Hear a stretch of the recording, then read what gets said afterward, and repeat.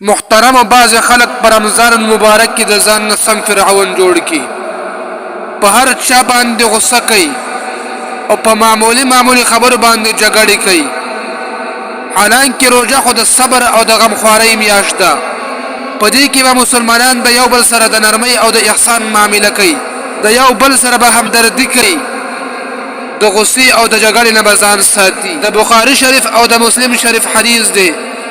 رسول الله صلی الله علیه وسلم فرمایي په کوم ورځ چې په تاسو کې د چا روژه وي نو هغه د فحش خبرې نه کوي او نه د بېهوده خبرې کوي او نه د بېهوده خبرو سره خپل اواز اوچتوي.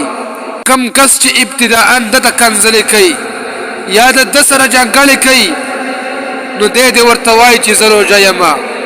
ګویا دا سړی دته دا ویل غواړي چې زما روژه د زما دپاره دا جایز نه دي چې زه تا سره جنګ وکما او تا د پاره هم دا مناسب نه دي چې ته ما سره جنګ وکي. نو په دې طریقې سره به جګړه ختم شي. د ترمذي شریف حدیث دی. نبی علیه الصلاة والسلام فرمایي سباب المسلم فسوق، المؤمن ته کنځلې کول فسق دی. په قرآن کریم کې متقیانو یو صفت دا هم بیان شوی دی چې دوی به غصه برداشت کوي او خلکو ته به معافي کوي. الله جل شانه فرمایي والکاظمین الغیظ والعافین عن الناس. متقیان هغه خلق دي چې دوی غصه برداشت کی او خلق معاف کی.